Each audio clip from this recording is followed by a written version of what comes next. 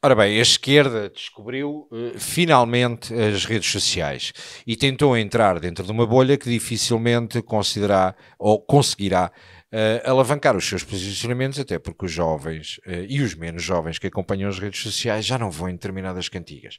No entanto, assim num ar meio maternal, Mariana Mortágua vem tentar fazer uns vídeos, legítimos obviamente, a comunicar para o seu público. Aquilo que já não é tão legítimo é tentar alavancar algumas mentiras e que eu acho que de uma vez por todas, cada vez que a Mariana Mortágua fizer uns vídeos, acho que é importante nós conseguirmos desmontar ideologicamente aquilo que a Mariana Mortágua está a fazer. Portanto, eu tenho criticado de facto as reações a alguns comentários políticos, mas neste caso em concreto são adversários diretos e por isso tem que existir esta reação. Vamos então ver o que é que Mariana Mortágua nos traz neste story do Instagram que eu retirei diretamente do perfil dela. É curioso, eu estava aqui na Constituição à procura porque o Bloco quer impor tetos máximos às rendas e os liberais ficam sempre muito nervosos a dizer que estamos a atacar o direito à liberdade, o direito à propriedade, à iniciativa privada, e eu vim à Constituição da República Portuguesa ver se encontrava o direito à especulação imobiliária. E é curioso porque não encontro mesmo. Provavelmente porque não existe. Ora, Mariana, primeiro ponto. Não encontras na Constituição da República Portuguesa a questão do direito à especulação imobiliária, mas se tiveres dúvidas sobre esse direito, que não é um direito fundamental nem constitucional, e por isso escusas de tentar fazer esta piadola, mas tens uma forma de resolver isso rápido e de entender exatamente do que é que estamos a falar quando se fala de especulação imobiliária. Olha, a especulação imobiliária foi, por exemplo, o que o Robles, o vereador do teu partido, fez em Lisboa. Mas se tiveres dúvidas em relação às compras do edificado feitas por parte do Robles que geraram especulação imobiliária, se tiveres alguma dúvida nisso, faz o seguinte, dá um toque assim com o cotovelo e pergunta ao teu companheiro do lado, ao Paulo Raimundo, o que é especulação imobiliária. E se ele te explicar o negócio que o PCP fez com a Vivenda Aleluia em Aveiro e a forma como a vendeu e como criou especulação imobiliária, possivelmente consegues entender que afinal a extrema-esquerda é toda muito hipócrita porque cria problemas em torno da especulação imobiliária, mas depois, na realidade, são os próprios partidos e os próprios representantes dos partidos e dirigentes que fazem especulação imobiliária. Mas se quiseres perceber de uma forma ainda maior e mais densificada como é que a especulação imobiliária pode, inclusive, destruir o mercado e criar um problema sério ao mercado, alavancando os preços e criando bolhas imobiliárias, salta e vai ao Partido Socialista e pergunta como é que António Costa, enquanto era Presidente da Câmara Municipal de Lisboa, criou um programa que se chamava Reabilita Primeiro, Paga Depois, em que basicamente pegou nos imóveis do Estado, neste caso da Câmara Municipal, vendia ao desbarato por um valor muito baixo e este valor baixo era pago apenas quando a obra estivesse concluída. Ora, o que é que deu origem? Por exemplo, existe algum edificado na zona da Lapa, que é uma zona nobre de Lisboa, onde foram vendidos por 200, 300, 400 mil euros alguns edifícios que depois de feitas as obras a Câmara Municipal recebeu 200, 300 ou 400 mil euros, é verdade, pagaram, mas os edifícios foram vendidos por 6 e por 7 milhões de euros. Ora, isto cria uma bolha imobiliária que a seguir obrigou a que as famílias tivessem que sair de Lisboa e fossem para as imediações e os arredores de Lisboa em consequência das políticas da esquerda. Nomeadamente, António Costa também, na altura, com o apoio do Bloco de Esquerda na Câmara Municipal de Lisboa, inclusive vendeu muitas das casas que pertenciam à EPUL para tentar descapitalizar a Câmara Municipal nos termos do edificado, mas capitalizar financeiramente, garantindo assim que chegava ao final do ano, passava o ano com superávit e era apresentado como o putativo candidato a primeiro-ministro com um grande saldo positivo que tinha deixado na Câmara Municipal. Mas olha, Mariana, como entretanto não consegues encontrar alguns direitos, eu decidi abrir a Constituição um bocadinho maior que a tua, não significa que tu não tenhas os artigos todos, mas olha, eu até tenho que meter óculos para poder ver, por isso se estivesse a ver num pequenininho, certamente não dava, e vocês continuam sempre a basear na questão do artigo 65º, que é a habitação e o urbanismo, que diz claramente que todos têm o direito para si e para a sua família de uma habitação de dimensão adequada, em condições de higiene e conforto, e que preserve a intimidade pessoal e a privacidade familiar. Só que vocês param aqui. Portanto, A seguir, no ponto 2, diz, para assegurar o direito à habitação, incumbe ao Estado. A linha A, programar a execução de políticas de habitação inseridas no plano do ordenamento geral do território apoiado em planos de urbanização que garantam a existência de uma rede adequada de transportes e equipamento social. E depois tem aqui a linha B, C, D, ponto 3, 4, etc. Ora, Mariana, o que eu te queria dizer era, explicando aqui um bocadinho daquilo que estamos a falar, é como tu vês, compete ao Estado programar e executar políticas de habitação. O que é que isto significa a nível de direito constitucional? Significa que o artigo 65º é e representa um direito constitucional programático. Ou seja, não diz aqui em momento algum que o Estado tem que dar casa. Não tem que dar casa a ninguém. O Estado deve criar condições e apresentar o seu programa de maneira a conseguir cumprir aquilo que é um desígnio constitucional. E por isso é que é uma norma constitucional programática e ao contrário de direitos que vocês tentam violar, que é, por exemplo, o direito à vida, que é um direito fundamental da Constituição, que não é programático. Percebes? Existe aqui alguma diferença entre aquilo que estamos a falar a nível constitucional, mas eu percebo que tenhas alguma dificuldade em enquadrar isto. Bom, depois, eu aconselhava também a leres o artigo 62º e nesse artigo tu tens o direito à propriedade privada. E, portanto, sem estar a esmiuçar muito o direito à propriedade privada, felizmente acabou o tempo em que algumas herdades, como a Torre Bela, foram invadidas por algumas organizações de extrema esquerda, Luar, não sei se diz alguma coisa, entre outras, nomeadamente o PCP também esteve presente nestas herdadas, para tomar conta e usurpar um direito que está felizmente consagrado na Constituição, que é o direito à propriedade privada. O que significa que a tua tentativa de limitação e de criar tetos naquilo que é um bem que pode ser de um privado, tem muito que se lhe diga. Já tinha vindo no direito à habitação que António Costa e Marina Gonçalves tentaram apresentar com o programa Mais Habitação, já existiam algumas questões que roçavam o expropriar a propriedade privada. É uma tendência vossa a questão da nacionalização, de invadir terras, de tomar conta, existem terras ali para a zona do Alentejo, etc., que algumas delas um dia ainda terão que ser explicadas, mas a realidade é que este direito à propriedade privada, e está aqui em grande, se tu não conseguis ver, no ponto 1 diz que a todos é garantido o direito à propriedade privada e à sua transmissão em vida ou por morte nos termos da Constituição. Ponto 2. A requisição, toma nota desta, a requisição e expropriação por utilidade pública só podem ser efetuados com base na lei e mediante pagamento de justa indemnização. Portanto, felizmente que não vivemos no estado que tu gostarias que vivêssemos. Portanto, faz o seguinte, eu acho que foi um problema de lentes. Como não usas óculos, felizmente para ti, eu tenho que os usar, mas não é por isso. Eu faço questão, não tenho problema nenhum de te oferecer uma Constituição. Aliás, não é preciso, porque todos, quando tomamos posse, enquanto deputados da Assembleia da República, recebemos não só o regimento da Assembleia da República, que tu de vez em quando também dás os pontapés, como recebemos a própria Constituição. E, portanto, tu deves ter várias, porque todos os anos, quando tomas posse, e já lá vão uns aninhos, estás lá há vários anos, recebes sempre uma Constituição. Não precisas ter essa pequenina, porque eventualmente isso está-te a ferir a vista e não consegues perceber o artigo 62º e o 65º da forma correta. Mas voltando à questão das redes sociais, vamos ver aquele que vem a seguir, que é para percebermos.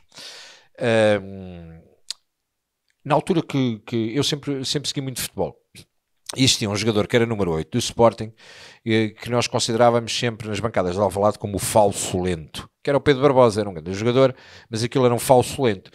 Na realidade, eu agora vou-vos apresentar um falso, como é que eu ia dizer, eventualmente sonso, ou benfeitor.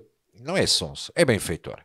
Mas vamos ver, o homem que chegou sem qualquer determinação de ideologia política, mas que entretanto começa o pé a resvalar para alguns princípios de autoritarismo e outros onde resvala claramente para a esquerda. Inicialmente, ele dá uma entrevista para o Expresso, já perceberam que eu estou a falar de Gouveia e Melo, inicialmente dá uma entrevista ao Expresso a dizer que se situa ali algures entre o PS e o PSD, mas, entretanto, com os posicionamentos que tem tido, está numa lógica em que os americanos costumam chamar catch all, que é a lógica do apanhar todos e servir a todos.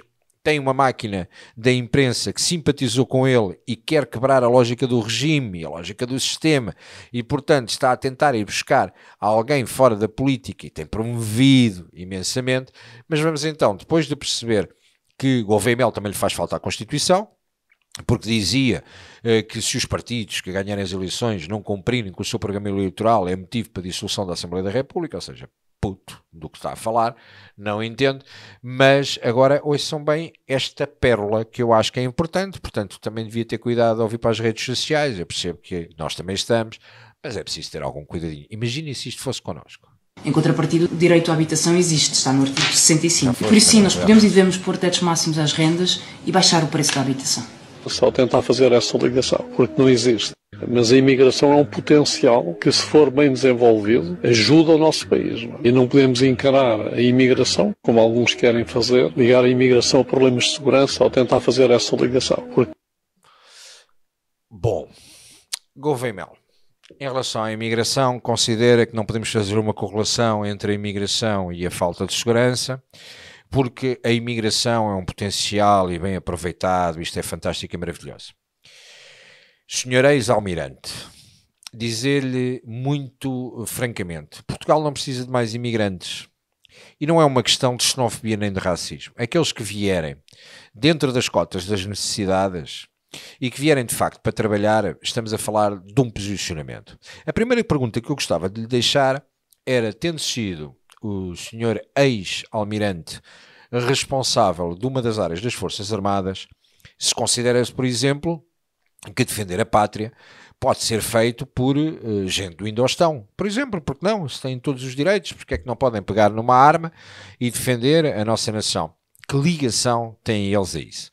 Mas vamos então tentar falar na retórica que está a manter, que é a retórica da extrema-esquerda, para justificar a entrada de imigrantes. Não existe oportunidade nenhuma com os imigrantes. Aquilo que existe é uma oportunidade que é muito mais amontante e que o senhor também não está a conseguir ver.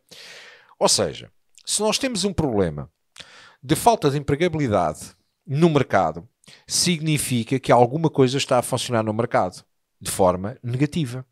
Ou temos falta de oferta, ou temos falta de procura. Não existe outra forma. Ok? Podemos trocar isto por douradinhos da Eagle, podemos trocar isto por outras comparações, mas a realidade, o mercado da oferta e da procura, também ele no mercado de trabalho. Ora, se existe muita oferta de mão de obra barata, que é o que acontece com os imigrantes ilegais e não só, significa que quem procura vai contratar a baixo preço. O que significa que a mão de obra qualificada, ou seja, o produto de qualidade, não vai querer entrar nesse mercado e acaba por procurar mercados alternativos, ou seja, neste caso concreto, vai para o estrangeiro.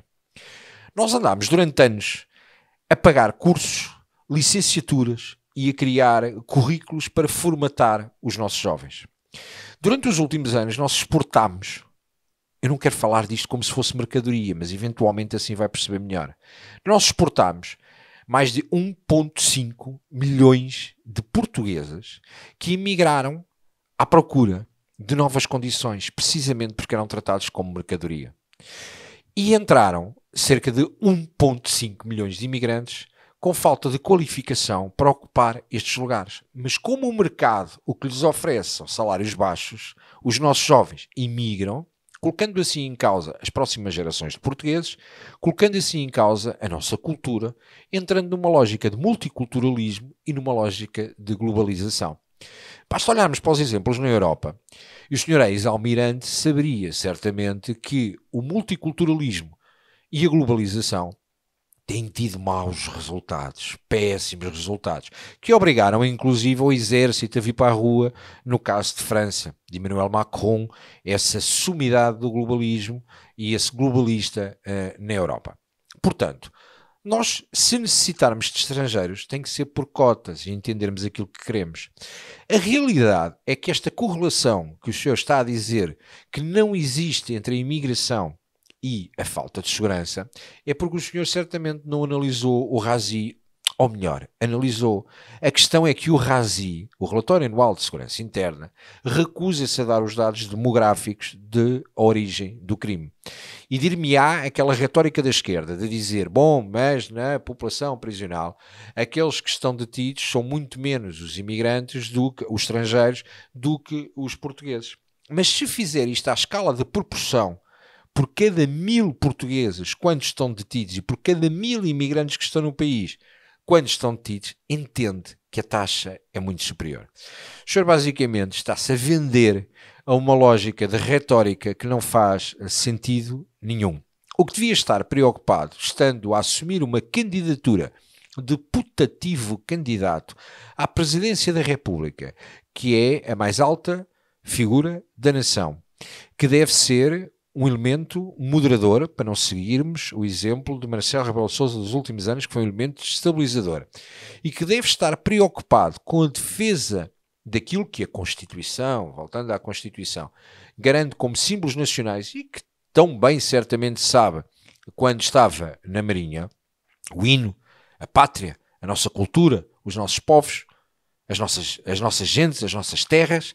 Sabendo isso, não deve de maneira nenhuma promover esta discriminação positiva dos imigrantes, mas sim deve promover o bem-estar dos portugueses. Caso contrário, é só mais um.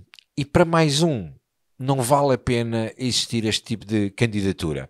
O senhor já tinha tido um posicionamento em relação a outras matérias onde limitou a liberdade de circulação das pessoas, onde teve alguns posicionamentos meio autoritários, cobertos por uma capa de uma ONG e da Organização Mundial de Saúde, e numa lógica que eu, no entanto, tenho que dar algum benefício de dúvida, porque poderíamos não conhecer o que estávamos a falar hoje.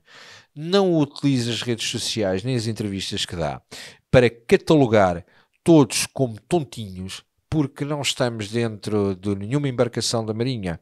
Quando chamou os gourmets da Marinha e lhes deu uma rebocada à frente da imprensa, porque isso não vai funcionar. Portanto, entre um douradinho e outro, beba lá um pinho de água e pense bem no que está a dizer, porque caso contrário o catch-all fica-lhe muito mal, porque tenta assumir posições que algumas delas vão da extrema esquerda ao centro-direita. Mesmo que não goste da direita, é um direito que é seu, mas sabe que quem mais conserva e quem mais preserva uma nação e quem mais preserva e conserva os direitos dos indivíduos que cá nasceram são sempre os partidos conservadores de direita. Portanto, tente ler um bocadinho sobre aquilo que está a falar e evite transformar as suas intervenções nesta coisa fantástica do eu, porque, ouça, deixa lá isso para o Ronaldo. Eu tenho a palavra ao Sr. Deputado Bruno Nunes. Sr. Presidente de algumas bancadas, tenho a certeza de uma coisa: respeitamos a liberdade, mas tal como o senhor, em polos opostos, adoro malhar na esquerda.